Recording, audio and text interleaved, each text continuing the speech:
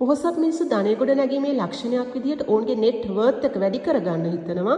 දුප්පත් මිනිස්සු මාසික ආදායම වැඩි කරගන්න හිතනවා.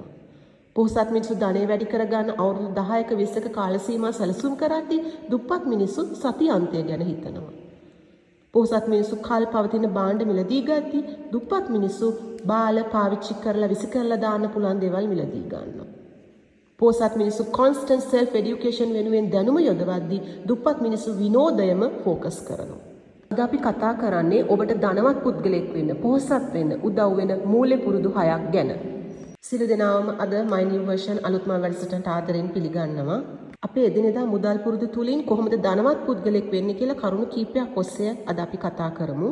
පළමුවෙන්ම කරන්න ඕනේ ජීවන රටාවේ අධික වියදම් පාලනය කිරීම. ආදායම වැඩි වෙද්දී බොහෝ දෙනෙක් තමන්ගේ වියදනුත් වඩා හොඳ වාහන, මිලාදි කැඳුම් පැළඳුම්, ඩිනර් අවුට්ස්, කොස්මෙටික්ස් වගේ අයිටම්ස් මිලදී ගන්න මේවට වැය කර ගන්නවා. සරලව කියනවා නම් වැඩිපුර හම්බ කරනකොට වැඩිපුර වියදම් කරන්න පටන් ගන්නවා. එතකොට වෙන්නේ ආදායම කොයිතරම් වැඩි වුණත් ඉතිරියක් ඉතිරි නොවීම. You are on a treadmill. You are working harder just to stay in the same place. එනිසා lifestyle creep ජීවන රටාවේ අධික වියදම් ඔබ පාලනය කළ යුතුමයි. එය මාස්ටර් කරගන්න වැදගත් වෙන කරුණු කිහිපයක් කියන්න කැමතියි. මෙතනදී කරන්න ඕන දේ තමයි අවශ්‍යතාවය සහ ආශාව අතර වෙනස අඳුනගන්න එක. අවශ්‍යතාවයන්ට අපි needs කියනවා, ආශාවන්ට අපි wants කියනවා. Needs versus wants. ආදායම් වැඩි වුණාම අපිට කලින් තිබුණේ නැති අලුත් ආශාවන් ඇති වෙනවා. For example පරණ ෆෝන් එක හොඳින් වැඩ කරද්දී අලුත්ම iPhone එකක් ගන්න හිතෙන එක. ඉතින් ඕනෑම මිලාදික දෙයක් ගන්න කලින් සති දෙකක් විතර ඉන්න. එතකොට ඒ ආශාව తాවකාලික එකක්ද කියලා ඔබටම තේරුම් ගන්න පුළුවන්. ගොඩක් අය ලයිෆ්ස්ටයිල් ක්‍රීප් එකට අහු වෙන්නේ අනිත් අයට පේන ජීවත් වෙන උත්සාහ කිරීම නිසා, සෝෂල් ස්ටේටස් ගැන හිතන නිසා. For example මිලාදික කාර් එකක් ලීසින් ක්‍රමයට ගැනීම ගන්නකො that take money out of your pocket. ඉතින් ඊට වඩා ඒ සල්ලි වලින් ඉඩමක් වගේ ඇසට් මිලදී ගන්න පුළුවන් නම් ඔබව ධනවත් කරනවා. As these are the things that put money in your pocket while you sleep. This is the core of financial literacy. It is a පුරුද්දක් විදිහට before every major purchase ask, is this going to pay me back or just cost me more later? ඒ වගේම යම්කිසි මිලියන අධික භාණ්ඩයක් මිලදී ගන්න කලින් ඒ සඳහා කොච්චර පැය ගණනක් වැඩ කිරීමට සිද්ධ වෙනවද කියලා සොයා බලලා ගණනය කරගන්න පුළුවන්. For example පැයකට රුපියල් 1000ක් උපයනවා නම් රුපියල් ලක්ෂ 2ක ෆෝන් එකක් කියන්නේ ඔබේ ජීවිතේ පැය 200ක ශ්‍රමය. එතකොට හිතන්න ඕනේ ඒ වැය කිරීම ඒ තරම් වටිනවද කියලා. අනිත් දේ තමයි අපි කරන කුඩා වියදම් ගැන හොඳ අවධානයෙන් ඉන්න ඕනේ. ලයිෆ්ස්ටයිල් ක්‍රීප් ඇති වෙන්නේ මේ ලොකු දේවල් වලට මුදල් වියදම් කිරීමෙන්ම නෙවෙයි.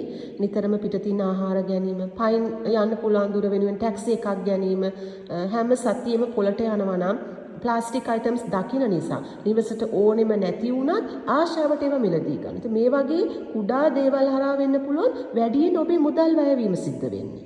ඉතින් ඇයි මේ ජීවන රටාවේ අධික වියදම් පාලනය කිරීම වැදගත් වෙන්නේ?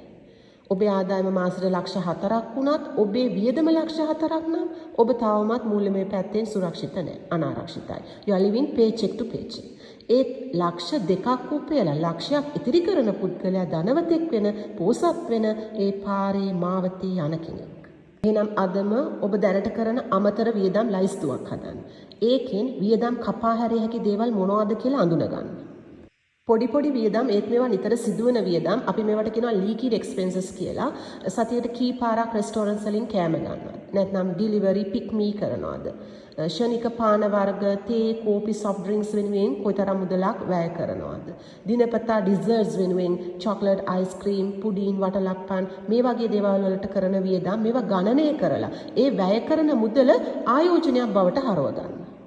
සමහර පුද්ගලින් පෙනුම සඳහා ගොඩක් වියදම් කරනවා, ස්ටේටස් ස්පෙන්ඩින්, බ්‍රෑන්ඩඩ් අයිටම්ස් මේවා පස්සෙම චේස් කරනවා. ඇඳුම් පැළඳුම් සපත්තු පර්චේස් කරනකොට ඒ වගේ ගුණාත්මක භාවයට වඩා බ්‍රෑන්ඩ් එකට මුදල් ගෙවනවාද කියලා ඒක හොයලා බලන්න. විශේෂයෙන් කාන්තාවෝ කොස්මෙටික් අයිටම්ස් වෙනුවෙන් මිල ගැනවත් නොසිතා අධික වියදම් කරනවා. ඒ වගේම නිතර ගැජට්ස් මාරු කරනවාද? දැන් තියෙන ෆෝන් එක හොඳට වැඩ කරද්දි අලුත් එකකට ආශාව නිසා ඒවා ගන්න පෙළඹෙනවා. ඉතින් මේ මාස්ට කරන අනවශ්‍ය වියදම් බැලුවොත් අනිවාර්යෙන් රුපියල් 10000කට වඩා වැඩි.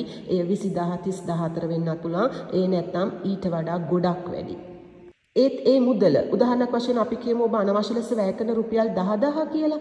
ඒක වියදම් නොකර ඔබ ආයෝජනයක යෙදුවොත් අනිවාර්යෙන් අවුරුද්ද අවසානයේ ඔබට රුපියල් ලක්ෂයකට වඩා ලක්ෂයක් දෙකත් අතර මූල්‍යමය ප්‍රතිලාභයක් ලැබෙනවාමයි. අවුරුදු 5කට පස්සේ ඔබේ අතේ ලක්ෂ 10කට වඩා තියෙයි. A small amount of money, at least 10,000 rupees per month invested early, is significantly worth more than a large amount invested late. ඒ නිසා දැන් තේරෙනවද ඔබට ඇක්ෂන් ස්ටෙප් එකක් අවශ්‍යමයි කියලා. ඒ ඇක්ෂන් ස්ටෙප් එක විදිහට මේ දේවල් ගැන හිතලා බලන්න. මාසෙට අත්‍යවශ්‍ය නොවන අනවශ්‍ය දේවල් සඳහා යන දල වියදම කීයද? ඔබේ මාසික ආදායමෙන් කීයක් පර්සන්ටේජ් එකක් විදිහට ප්‍රතිශතයක් විදිහට ඉතිරි කිරීමට ඔබ බලාපොරොත්තු වෙනවද? 10%ක්ද 20%ක්ද? ඔබට දැනට පවතින ලොකුම මූල්‍ය බාධාව මොකක්ද? ඔබ ණයවාරික ගෙවනවද, ගෙවල් කුලී ගෙවනවද, නැත්නම් ඇත්තටම වියදම් වල සැලසුමක් නැතිකමද තියෙන්නේ? මේවා ගණනය කරගෙන බජට් ප්ලෑන් එකක් හදාගන්න සැලසුම් සහගතව වියදම් කිරීම අත්‍යවශ්‍ය දෙයක්. ඉන්ටෙන්ෂනල් ස්පෙන්ඩින් මේක පුරුදු වෙන්න, මේක දියුණු කරගන්න. මූල්‍යමය ධනෙ වැඩි කරගන්න බලපාන වැදගත්ම සාධකයේ කාලය. කුඩා මුදලක් වුණත් වැඩි කාලයක්. මේ ආයෝජනය අනිවාර්යෙන් විශාල ධනයක් බවට පත් වෙනවා. ආයෝජනය කිරීමට හොඳම කාලය එනකම් බලාගෙන ඉන්නේ නැතිව not waiting for the perfect time to invest අදම තියෙන සුළු මුදලකින් හරි පටන් ගන්න.